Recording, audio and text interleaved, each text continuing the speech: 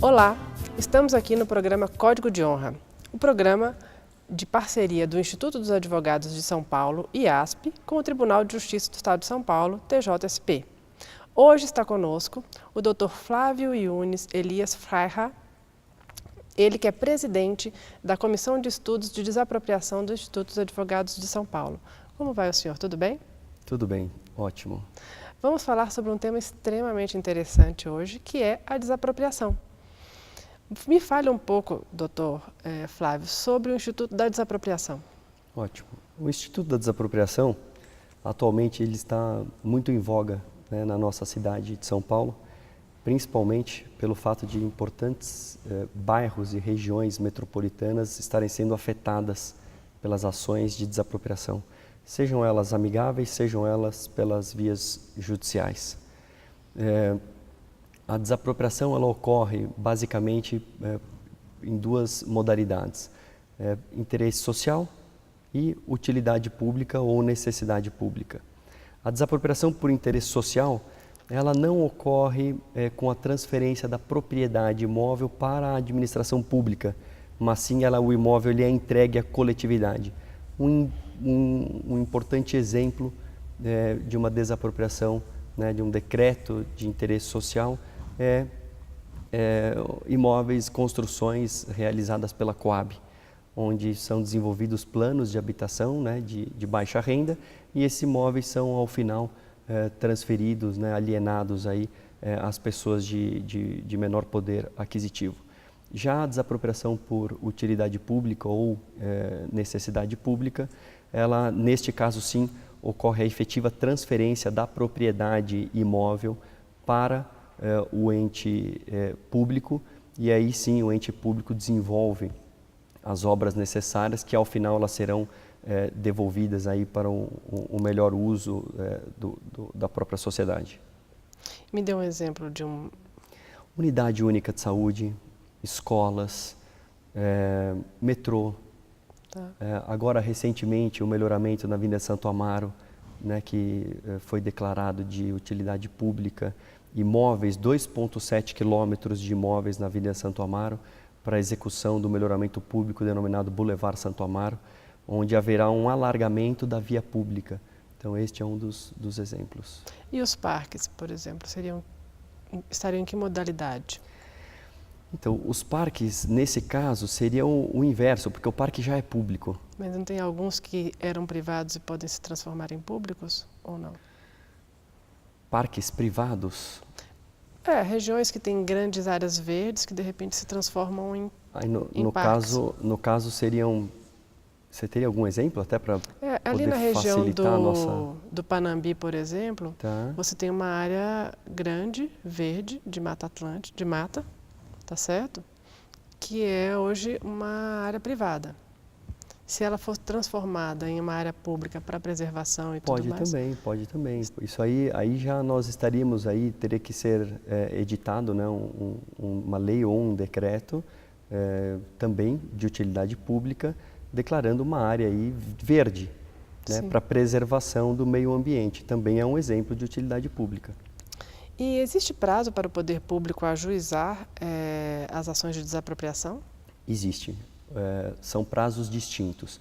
Isso vai depender diretamente de qual é o escopo da declaração do poder público. Se for de interesse social, o prazo são 2 anos a contar da entrada em vigor do decreto. Desculpe. Se for por utilidade pública, o prazo são 5 anos a contar da declaração também, né, em vigor aí do decreto. O de interesse social, a lei é 4.132 e está no artigo 3º. Já o de utilidade pública é o artigo 10º da lei de desapropriação, que é o decreto 3365 de 1941. E quais são os meios que o poder público pode se valer para desapropriar o particular? Ótimo. Existem 2 meios que o poder público pode se valer para realizar e efetivar a desapropriação. Pode ser a via amigável, mediante, né, uma composição de valores do preço do imóvel com benfeitorias, onde o proprietário ele estaria lavrando aí uma escritura pública de desapropriação amigável. Então é como se fosse uma venda e compra entre o particular e a administração pública. Já outra modalidade que atualmente, né, já há um bom tempo, é a mais usual e corriqueira, até por transferir uma maior segurança para a administração pública com relação ao dinheiro, né, público que ele é gasto, investido no imóvel, são as ações de desapropriação, que aí ela acaba passando por todo um crivo do Poder Judiciário, laudos de avaliações judiciais, né, de peritos de confiança do juiz, e isso acaba com que haja aí, até para o Tribunal de Contas do município, Tribunal de Contas da União, ou até do Estado, a depender do poder público que está desapropriando, uma maior facilidade na auditoria das contas e transparência no gasto público. E quais são os princípios constitucionais que regem a desapropriação? Ótimo. São alguns princípios que regem a desapropriação, né, que estão na nossa Constituição Federal. O primeiro deles e o principal, que inclusive motiva o decreto de desapropriação, é o interesse público prevalece sobre o privado. Isso na nossa primeira aula de direito administrativo nós temos nós ouvimos esta frase, né, este princípio, no qual mais vale ser executada uma obra pública que atenderá a uma coletividade do que um particular permanecer na posse ou na propriedade do seu imóvel isolada. Então esse é o primeiro dos princípios que regem a desapropriação. Após este princípio, onde nós temos início a um processo de efetiva desapropriação, vêm os demais princípios que acabam servindo de baliza para a defesa do expropriado, do proprietário do imóvel, que é o princípio do direito de propriedade, o princípio da justa e prévia indenização em dinheiro, que isso é um princípio que é o mais consagrado na Constituição Federal, que ele está disposto no artigo 5º, inciso 24, e artigo 182, parágrafo 3º da Constituição Federal. Então, jamais pode o proprietário de um imóvel perder a posse do seu bem sem que ele receba antes um valor justo, prévio e em dinheiro da sua indenização. E o senhor falou que tem acontecido bastante desapropriação agora no município de São Paulo, até por conta das reformas que estão sendo feitas. Me explica, por gentileza, até porque provavelmente tem bastante pessoa interessada nesse assunto, o passo a passo de uma ação de desapropriação. Ótimo, vamos lá. Então, de forma bem, né, tentar ser breve, porém englobando todos os pontos principais de um processo de desapropriação. Inicialmente, o poder público, né, como nós conversamos aqui inicialmente no nosso bate-papo, ele decreta o imóvel, declara, né, o decreto imóvel de utilidade pública ou interesse social.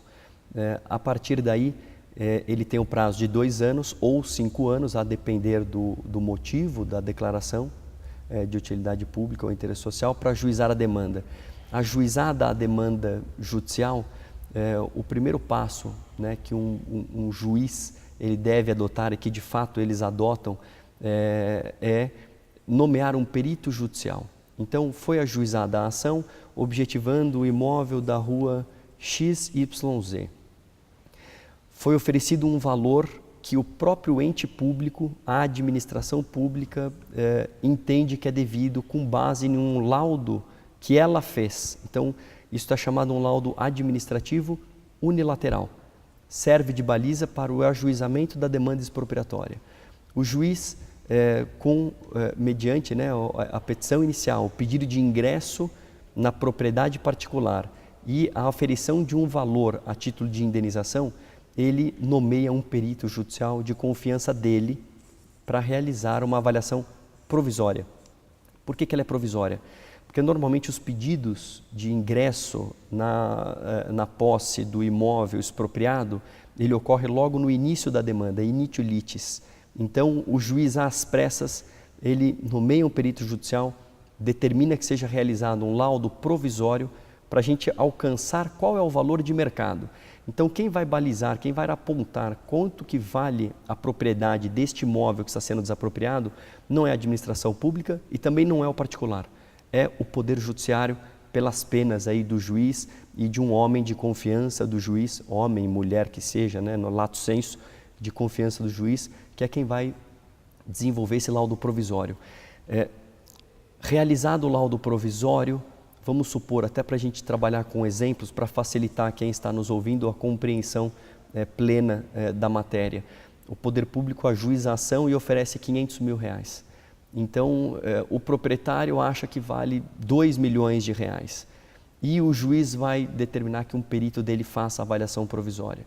Feita a avaliação provisória, vamos supor que no nosso exemplo ela alcance o valor de R$1 milhão. O poder público ele quer entrar na posse do imóvel. O que ele necessita, qual que é um pressuposto para ele entrar na posse do imóvel? É o pagamento da diferença. Então, se ele ofereceu R$500 mil, ele deve pagar em juízo, depositar em juízo mais R$500 mil, estando completos os valores apontados no laudo provisório. R$1 milhão estão depositados em juízo? Estão. O juiz ele concorda, ele defere a expedição do mandado de imissão na posse e ao particular, proprietário do imóvel, desculpe, vai caber cumprir um determinado dispositivo do Decreto-Lei de Desapropriação, que é o artigo 34, onde ele tem que demonstrar, fazer prova para o juiz e para o poder público, que é proprietário do imóvel, então matrícula imobiliária atualizada, demonstrar que não existe dívida fiscal no imóvel, então o bem não tem dívida de IPTU, e comprovar a publicação de um edital para conhecimentos de terceiros. Então, terceiros têm que tomar ciência que determinado imóvel ele está sendo objeto de desapropriação. Cumpridos esses requisitos, isso tudo que eu estou comentando é logo no início da demanda expropriatória. Tá. Cumpridos os requisitos, o proprietário do imóvel ele vai ter o direito de levantar até 80% do valor que o perito do juiz apurou em laudo provisório. 20% ficam retidos em juízo por ocasião do julgamento final da demanda expropriatória. Então, a inteligência do legislador ao determinar que 20% fique retida em juízo é que do laudo provisório para o laudo definitivo e também na sequência da demanda expropriatória com as críticas das partes, pode haver uma oscilação do valor objeto aí da desapropriação. Então, para a gente não inverter os polos da demanda expropriatória, para eventualmente o poder público não se tornar um credor do particular, é que esses 20% ficam retidos em juízo. Então, havida a emissão na posse, expropriado, o proprietário do imóvel levantou 80% do valor da indenização e efetivou, nós concluímos esta primeira etapa, o próximo passo é o juiz determinar a realização de um laudo definitivo. Este sim, um laudo feito com mais calma, os mesmos critérios de avaliação, é importante deixar frisado, eles vão ser utilizados, a mesma garantia o expropriado vai ter, que as técnicas de engenharia serão empregadas, como a ABNT, as normas CAJUFA e demais normas técnicas inerentes aí à avaliação imobiliária. O perito vai fazer um laudo definitivo, aí sim, sobre este laudo definitivo, as partes poderão se manifestar no seu devido contraditório, na ampla defesa e contraditório. Sobre o laudo prévio, a nossa jurisprudência do tribunal e também a próprio decreto de desapropriação, não existe uma previsão de início de litígio contra um laudo provisório, a menos que haja exceção, que haja um erro flagrante, um erro grosseiro, que permita que o perito ajuste este erro justamente para a gente homenagear o princípio constitucional da justa e prévia indenização em dinheiro. Como pode o proprietário perder o seu imóvel se o valor que ele está recebendo a título de indenização não reflete o valor original da propriedade por um erro cometido por perito, pelo fato de ele ter deixado de avaliar um determinado ponto do imóvel, enfim, não avaliou uma benfeitoria, são pontos importantíssimos que o perito, ainda que em laudo provisório e de forma urgente, eles devem ser levados em consideração e apreciados. Então, após o devido contraditório contra o laudo definitivo, o perito judicial ele é intimado para apresentar esclarecimentos de ambos os laudos e vai dar continuidade a a esse contraditório, até que o juiz ele sinta-se satisfeito, né, com a matéria objeto de litígio, e ele vai abrir às partes a oportunidade de oferecer alegações finais. As partes oferecerão alegações finais e o juiz irá proferir sentença. Contra a sentença cabe o recurso de apelação e normalmente o que acontece nos nossas brigas judiciais em desapropriação, como a matéria ela é feita à prova, né, é questão de laudo judicial, de avaliações judiciais, esta briga ela não vai para as instâncias excepcionais, que é o STJ e STF, salvo, claro, hipóteses excepcionais que constem do processo. Mas, normalmente, quando a briga ela está delimitada à matéria de valor, de preço, de laudo, a súmula 7 do Superior Tribunal de Justiça ela impede que a discussão se prorrogue aí para a superior instância. Então, quanto tempo, qual que é o tempo médio para se iniciar e se terminar um processo de desapropriação? Nem com uma bola de cristal é possível a gente determinar um tempo médio. Eu tive um caso no meu escritório em que em 7 meses já havia ação judicial ajuizada, laudo provisório, emissão na posse e sentença. Foi quando tinha acabado de entrar em vigor aí, né, o processo eletrônico. Uhum. Então era a maior novidade. Realmente o laudo provisório ele foi feito a contento, tanto para o metrô quanto para o meu cliente, e também o definitivo. Então a quantidade de litígio contra o laudo produzido ela foi menor, o que acabou reduzindo muito a briga, o tempo judicial. E também nenhuma das partes interpuseram recurso de apelação, não foi para o tribunal. Então isso aí, graças a isso, a gente conseguiu num tempo recorde aí finalizar uma ação de desapropriação. Mas normalmente uma ação, né, de um rito desta natureza, em que contende contra uma prefeitura, um estado, e que haja um efetivo eventual recebimento imprecatório, passa de 10 anos. E existe então a possibilidade de se receber em precatório e não em dinheiro? Existe a possibilidade, se você me permitir, eu posso falar brevemente quando que isso ocorre. Vou voltar nos nossos exemplos. Então, o poder público oferece um valor de R$500 mil, em laudo provisório, o perito judicial apura um valor de R$1 milhão, o poder público deposita essa totalidade em juízo e em laudo definitivo o perito fala, puxa vida, este ponto está equivocado, aqui tem um outro elemento comparativo que eu não havia tomado ciência, eu também não analisei esse ponto da norma técnica, realmente o valor desse imóvel são R$2 milhões. Então, a quantia em espécie que não estiver depositada em juízo e houver uma majoração de um laudo para o outro, acaba incorrendo em precatório. Esta diferença, o particular vai ter que ingressar com um pedido de requisição, né, perante o Tribunal de Justiça e vai receber em precatório, claro, a depender do valor. Nós temos um mínimo que o poder público paga em até 90 dias, que é a requisição de pequeno valor.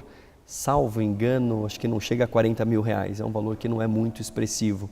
Então, um valor maior do que este, ou o proprietário do imóvel abre mão da diferença e recebe o pequeno valor, mas abre mão mesmo, não é que eu recebo o pequeno valor em 90 dias e a diferença eu vou buscar em precatório. Tá. Essa é basicamente aí a... E assim, aquela pergunta que todos devem estar pensando, né? E quando eu recebo um precatório? Um de maior valor. Isso aí recentemente, né, em 2015, o Supremo Tribunal Federal, ele decidiu em definitivo, em definitivo, que os precatórios eles têm que ser pagos todos os precatórios em aberto têm que ser pagos em até 5 anos, a contar de 2015. Então, até 2020, os precatórios têm que estar quitados. Então, hoje é uma discussão muito grande sobre o cumprimento ou não, né, a possibilidade de cumprimento ou não pelos poderes públicos, seja Prefeitura, Estado, União, em honrar com esta decisão do nosso Supremo Tribunal Federal, de que em até 5 anos os precatórios que estão hoje em abertos, eles têm que ser 100% quitados e, a partir de 2020, tem que ser cumprida a Constituição Federal, que é o artigo 100. Então, o artigo 100 determina que, havendo uma diferença a ser recebida do poder público, essa diferença ela seja recebida no primeiro dia do exercício seguinte àquele em que o pagamento deveria ser realizado. E esse precatório, ele é corrigido ao longo do tempo? Ele tem uma correção monetária, tá. E aí também existe uma grande discussão sobre a incidência de juros moratórios no trâmite do precatório, ou até quando que incidem os juros moratórios. Isso aí tem a nossa jurisprudência e ela ainda temos aí grandes discussões nesse ponto. E o senhor vê alguma contradição entre os princípios constitucionais que envolvem os processos de desapropriação? Sim. Infelizmente, muitas vezes, dentro de um processo de desapropriação, a gente acaba se deparando com esses conflitos. Um deles é neste segundo exemplo que eu acabei de dar, quando ocorre aí um pagamento imprecatório. O poder público ele tem uma prevalência sobre o poder, né, sobre o privado, né, sobre o particular. Em contraprestação, o particular determina a Constituição Federal que ele receba a indenização de forma justa, prévia e em dinheiro. Se ele deve receber de forma justa, prévia e em dinheiro, como pode, isso já aconteceu em alguns casos, na verdade inúmeros casos, dependendo da Câmara do Tribunal de Justiça, existe um entendimento. Um laudo provisório que não foi feito a contento, que existe um erro, como pode o particular perder o seu imóvel com base em um laudo que não reflete a realidade de mercado? Eu não estou dizendo para o laudo provisório já ser um laudo definitivo.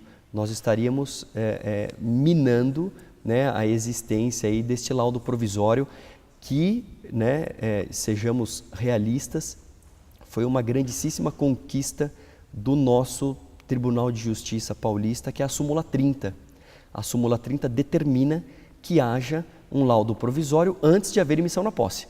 Antigamente, o que havia? O poder público ajuizava a demanda expropriatória e oferecia um valor venal do imóvel. Entrava no imóvel com base no valor venal. Depois havia um laudo de avaliação judicial. Então a diferença era muito grande. Esta diferença acaba ocasionando o precatório. Então, quando que ocorre esses conflitos de normas e que elas devem sim ser harmonizadas de uma tal forma que o poder público não deixe de realizar, né, a sua obra para a administração ou para o particular, né, para haver uma maior distribuição da propriedade, no caso de uma Coab, uma CDHU, que é uma desapropriação por interesse social, o que deve acontecer é que, ao meu entender, né, até como um operador de direito, que eu vejo na prática muitas das ações, até pelo fato de outras demandas expropriatórias no entorno de um determinado imóvel ainda não estarem numa fase tão avançada, é que seria amplamente permitido que este ponto em discussão de um laudo provisório fosse levado em consideração para haver, né, o seu reajuste, para ele ser consertado e o particular receber a indenização que é justa. Então, muitas vezes, sob o princípio de que o poder público prevalece sobre o privado e a urgência na emissão na posse, acaba havendo esse conflito de normas do direito de propriedade da justa e prévia indenização em dinheiro. E o senhor falou no início da nossa entrevista sobre a CAJUFA. O que seria essa comissão de peritos denominada CAJUFA? Ótimo. A CAJUFA, o que é? Ela é um centro de apoio dos juízes da Fazenda Pública. Qual que é o escopo da CAJUFA, né? O porquê que ela foi criada? Ela foi criada depois de uma série de conflitos que estavam havendo em demandas expropriatórias de imóveis vizinhos. Eu vou exemplificar. Imagina uma linha de metrô. A linha de metrô ela vai acabar abrangendo aí uma série de imóveis vizinhos. 10 imóveis vizinhos vão ser desapropriados. Normalmente são casas. Estas casas as pessoas acabam conversando e elas se conhecem. É inevitável que quando ocorre um conflito, né, a própria natureza do ser humano é você acabar se juntando a uma pessoa que também está passando, né, uma mesma situação, até para fins de, enfim, fortalecimento. E neste momento é que acabava ocorrendo o seguinte: determinada ação de desapropriação, determinado imóvel, tinha um valor de metro quadrado. O imóvel imediatamente vizinho tinha um outro valor de metro quadrado. Isto por quê? Porque estes dois imóveis estão sofrendo desapropriações separadas, cada qual tramitando na sua respectiva vara da Fazenda Pública, e cada um dos juízes nomeia o seu perito. Porém, os proprietários são de imóveis vizinhos e eles se falam. E aí, o que acabava ocorrendo é que um laudo de um vizinho, o advogado acabava utilizando esse laudo na ação do outro vizinho. E isso acabava causando aí uma própria insegurança, tanto para o Poder Judiciário quanto para o particular. Então, os juízes da Fazenda Pública, eles se reuniram e formaram um centro de apoio dos juízes da Fazenda Pública, que consiste numa reunião de alguns peritos judiciais de estrita confiança destes juízes, em que eles já antecipadamente, quando o poder público já visa a declaração de um imóvel, né, de utilidade pública ou interesse social, eles já compõem esta comissão de peritos, onde esta comissão ela vai desenvolver um trabalho prévio de apuração do valor do imóvel. Então, os peritos judiciais que forem nomeados para fazer esta avaliação provisória, que eles trabalharem nas demandas expropriatórias, eles necessariamente ficarão vinculados ao laudo da CAJUFA, que é esse centro de apoio dos juízes da Fazenda Pública. Então, o objetivo é criar critérios, parâmetros e balizamentos para ser desenvolvido aí um laudo judicial de uma forma equânime, né, e os proprietários de imóveis vizinhos acabarem recebendo o mesmo valor e terem consagrado aí o princípio da equidade.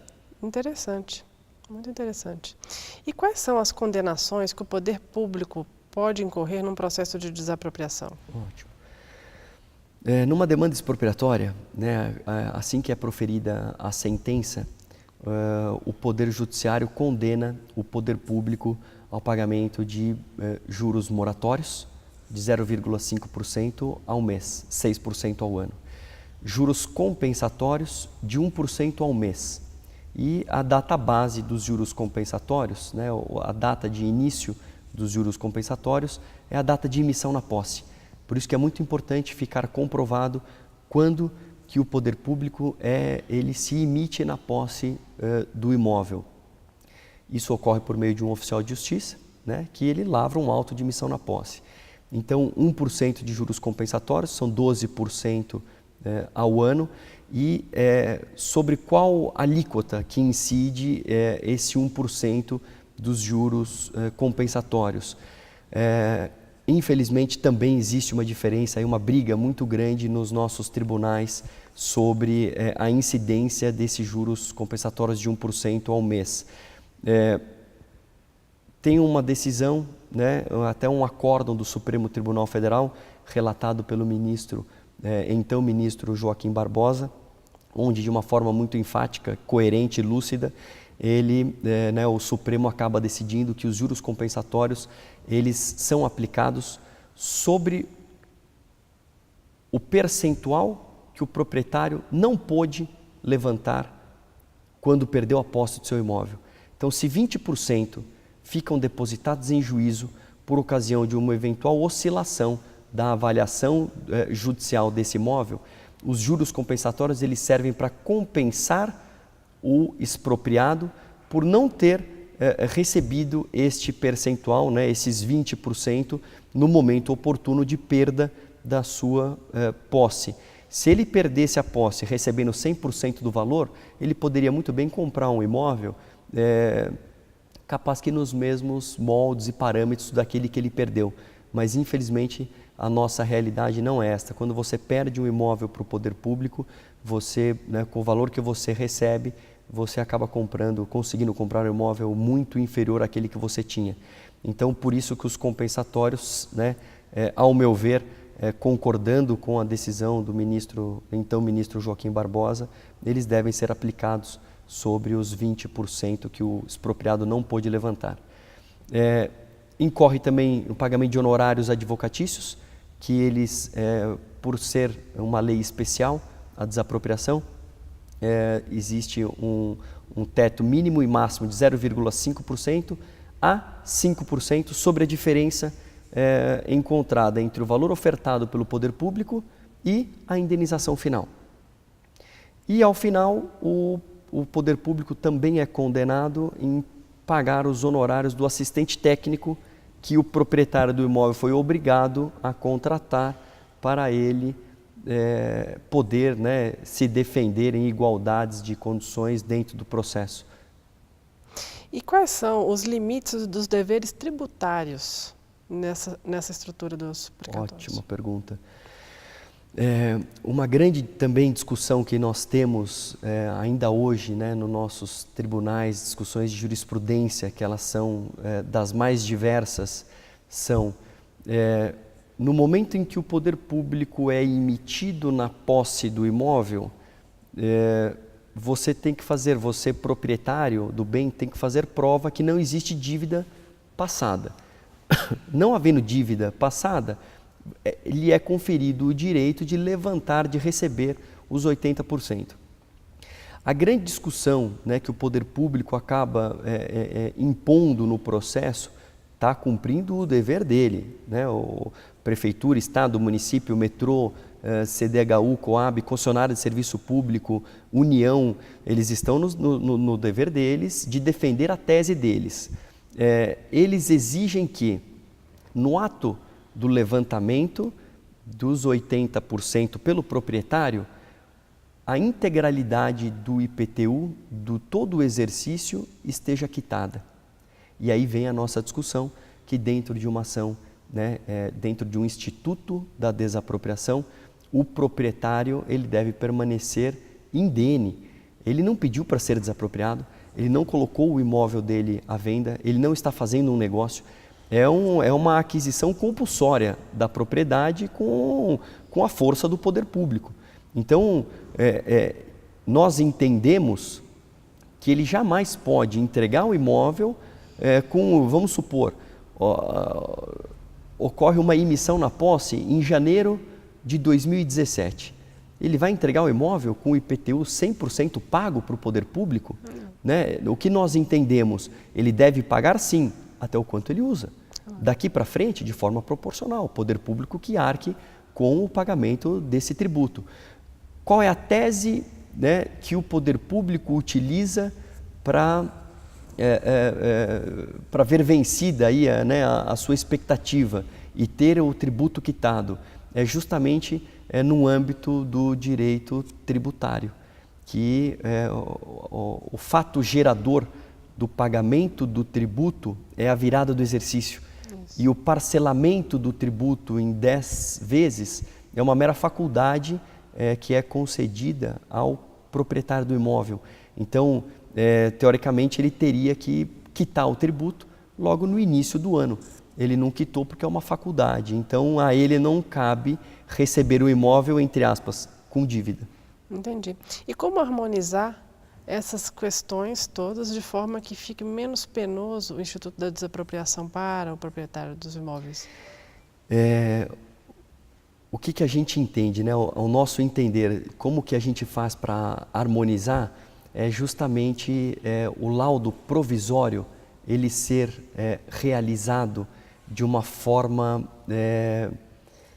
que não haja dúvida. Ele tem que ser muito próximo ao laudo definitivo. Não estou dizendo para a gente abrir o laudo provisório para ele ser um laudo definitivo, porque aí a demanda expropriatória ela já vai ter início logo no começo. A gente vai perder a eficácia da nossa súmula 30, que foi uma grande conquista, né, do Tribunal de Justiça aí do Estado de São Paulo contra a própria lei, a letra fria do decreto-lei de desapropriação, que mandava, ele é de 1941, então da época do nosso Estado Novo, que determinava que as emissões na posse ocorressem com base no valor venal.